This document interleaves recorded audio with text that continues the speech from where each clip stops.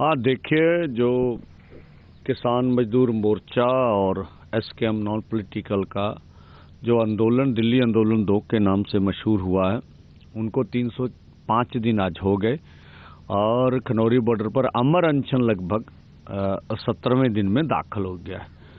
जहां तक सरकार का न्योते का सवाल, अभी तक सरकार के मंत्री जो मुझे लगता भी एक विदाउट संजीदगी, जो संजीदगी नहीं है उनके बयानों में, गैर संजीदा बयानबाजी कर रहे हैं। तो कोई भी इस तरह का प्रस्ताव अभी है नहीं कि सरकार अभी वार्ता के लिए तैयार हो रही है हमारे साथ। और जो भारत सरकार के मंत्री हैं, राज्य मंत्री हैं, वो अकेला एमएसपी लीगल गारंटी कानून के ऊपर डिबेट को रख रहे हैं और वो राज्यों का विषय बता रहे हैं, जबकि उन मांगों में किसान और खेती और मजदूर के लिए कर्ज माफी भी है। कि आप कॉरपोरेट का 14,57,000 करोड़ का कर्ज माफ करते, अभी 24 में भी माफ किया उनका कर्ज।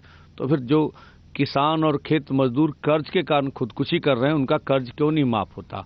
उनमें जो भारत सरकार ने पिछले आंदोलन में वादा किया था, अभी हम बिजली का जो प्राइवेटाइजेशन का बिल है वो नहीं लेके आएंगे, अभी उन्होंने बना लिया है, कई राज्यों में लागू कर रहे हैं, वो बात भी है।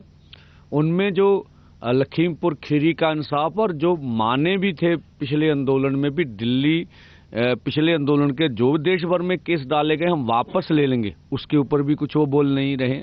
हमारी मीटिंगों में उन्होंने मान लिया था। और खेती को पॉल्यूशन एक्ट से बाहर निकाला जाएगा, ये भी हमारी मीटिंगों में भी ये बात मान ली थी। उनके ऊपर भी उनका स्पष्टता कोई भी नहीं है। खेतिहर मजदूर या कोई भी मजदूरी करना रोजगार का विषय है। नरेगा मनरेगा, इनमें हम कहते 100 दिन का रोजगार देते, 200 दिन का रोजगार दो। तो ये केंद्र का विषय है कि राज्य का सैनी साहब बताएं, वो मांग भी है। और अच्छी दिहाड़ी की मांग कर रहे हैं हम लोग। और आदिवासियों की संविधान की 5वीं अनुसूची, जो उनके जंगल जमीन छीनी जा रही है, उनको लागू करने का हम मांग कर रहे हैं। तो भारत WTO से बाहर आए और फसली बीमा योजना, जो मौसम की मार पड़ती है हमारे किसानों के ऊपर, हर चीज का बीमा, आप सुई से लेके जहाज तक का बीमा देखेंगे भारत में, भारत से बाहर। लेकिन जो इतना बड़ा हमारा किसानों का सेक्टर, उसके लिए कोई बीमा नहीं। जो प्राइवेटाइजेशन बीमा कर रहे हैं तो वो कंपनियां कमा के लेके जा रहे हैं, मतलब सरकार अपने दम पर बीमा करे ना। एक तो ये मुद्दा भी है। और जब 60 साल का किसान और खेत मजदूर हो जाता, जो डॉक्टर स्वामीनाथन कमीशन की रिपोर्ट में भी लिखा था कि उसे पेंशन देनी चाहिए।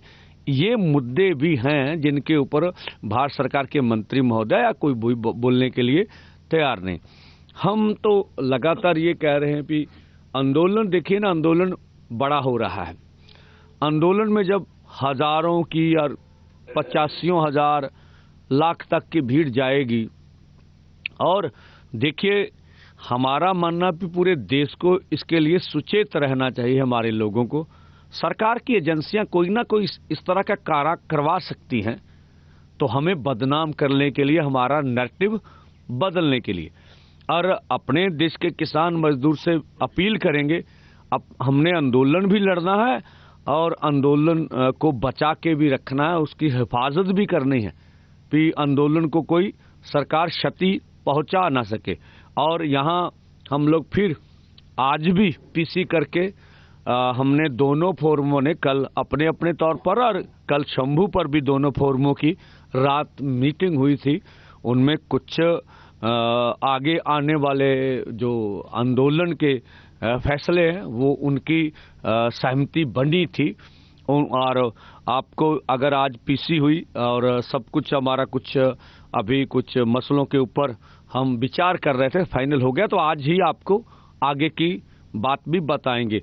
और आने वाले समय में 13 में भी यहाँ जो 10 महीने पूरे हो रहे हैं, हम सभी फिर देशवासियों को, किसानों को, मजदूरों को, सब पंजाब के कलाकारों को, बुद्धिजीवियों को, सबको न्योता देते हैं। आप बॉर्डरों पर पहुंचिए और किसान मजदूर की हौसला करिए। कल जो पूरे पंजाब में, देश भर में जो प्रार्थना दिवस और पंजाब के कोने कोने में अरदास दिवस सफल हो गया, उसके लिए लोगों का धन्यवाद करते हैं। अभी मुझे फोन आ रहा था कैलिफोर्निया फ्रिजनो अमेरिका से, अमेरिकन सिख संगत है, आज वो लोग अभी रात इकट्ठे हुए, वीडियो आ जाएगी मैं डाल दूंगा, और वहां पर वो प्रार्थना दिवस, अरदास दिवस मनाएंगे।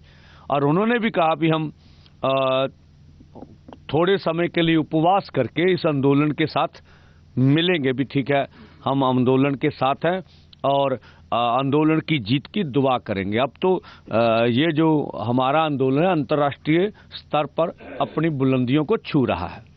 सर, एक तरफ शंभू बॉर्डर पे लगातार आप लोग बैठे हुए हैं, एक तरफ कनौरी बॉर्डर पे धलीवाल साहब, उनकी तबीयत दिन पे दिन बिगड़ती जा रही है, अभी तक सरकार की तरफ से कोई मदद नहीं, कोई मैसेज नहीं, इस तरीके इसको आप कैसे देखते हैं? हाँ, यही दुखद है कि पूरा देश, पूरा किसान मजदूर परिवार तो चिंतित है उनकी सेहत को लेके, पर भारत सरकार एकदम सोई हुई है और वो ध्यान भी नहीं दे रही है। दूसरी बड़ी बात, किसान मजदूर के आंदोलन के ऊपर सत्ता पक्ष और विपक्ष पार्लियामेंट में कुछ भी नहीं बोल रहा है और वो अन्य मुद्दों के ऊपर पार्लियामेंट चल रही है, ये भी दुखद है। तो अब हम सरकार को यही करेंगे भी, भगवान से प्रार्थना भी हमारे प्रधानमंत्री जी को सद्बुद्धि मिले और किसानों मजदूरों की मसलों का वो हल करें। तो आने वाले 14 तारीख में जिस तरीके से आपने बताया है कि एक बार फिर दिल्ली कूच करेंगे किसान, अगर उससे पहले धालीवाल जी की तबीयत में सुधार नहीं आता तो क्या ये कूच आगे बढ़ता रहेगा या पहले उन विषयों पर चर्चा कीजिए? हाँ, देखिए, सभी परिस्थितियों पे निगाह, जो 14 का दिल्ली कूच है होगा, फिर भी सभी परिस्थितियों के ऊपर हमारा ध्यान लगा हुआ, हम पल पल की निगाह रख रहे हैं हर जगह के ऊपर।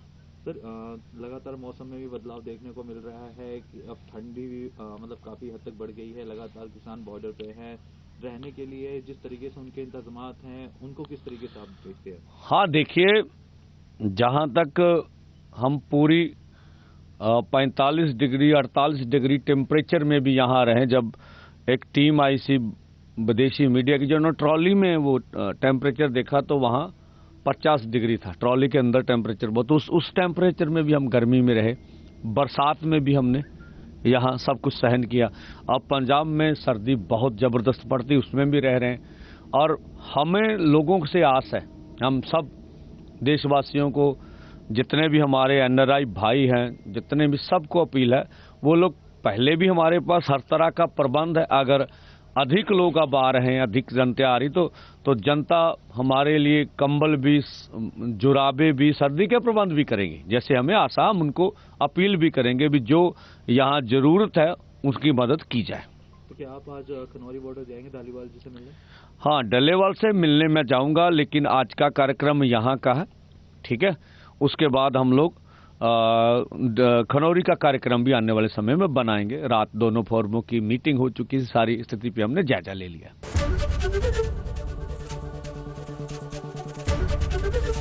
एबीपी गंगा, खबर आपकी, जुबान आपकी।